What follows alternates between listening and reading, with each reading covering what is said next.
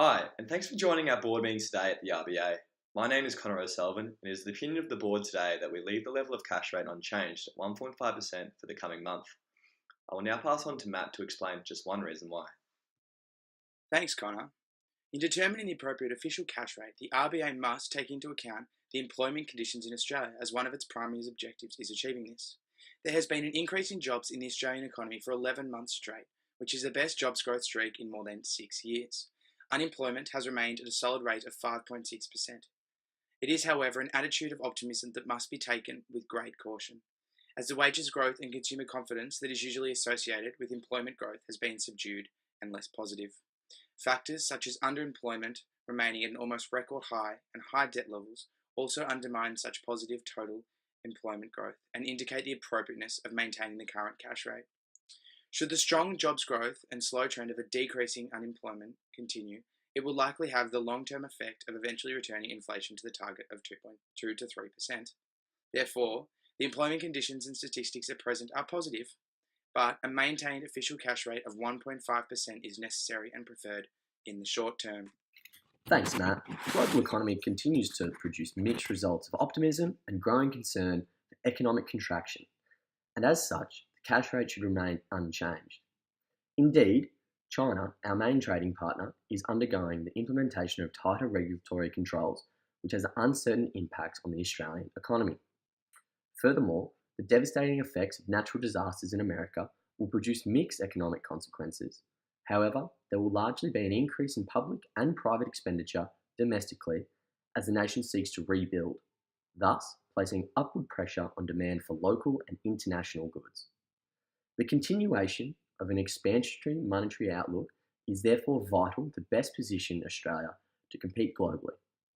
While the Eurozone economy has had a solid performance this year, it remains to be seen if free trade policies are passed.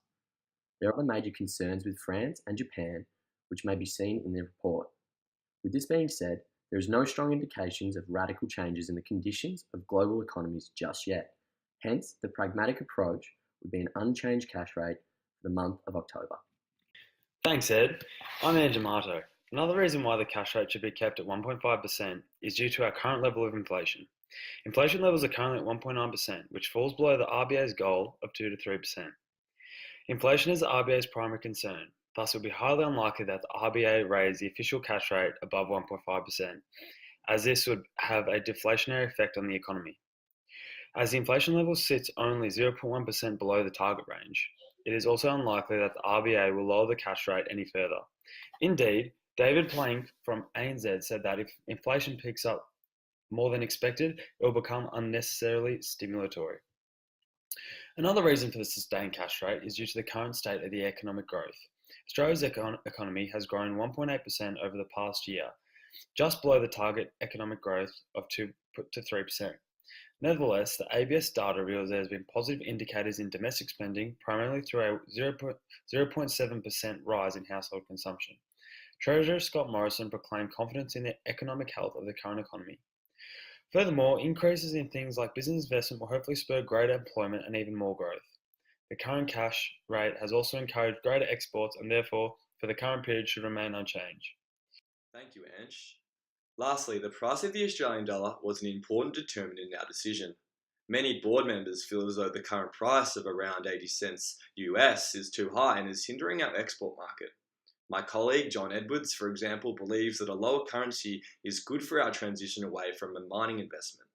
One way we can keep and lower the price of our currency is the low cash rate, which keeps interest rates low and creates less incentive for foreign investment in Oz banks, and therefore helps subdue any appreciation of the Oz dollar. With a low dollar, we may expect an increase in exports as the purchasing power of a foreign currency increases, thus increasing demand for Australian goods and services as they become more price competitive. This will be important to ensure continued economic prosperity. So with this being said, the board has come to the decision to keep the level of cash rate unchanged at 1.5%.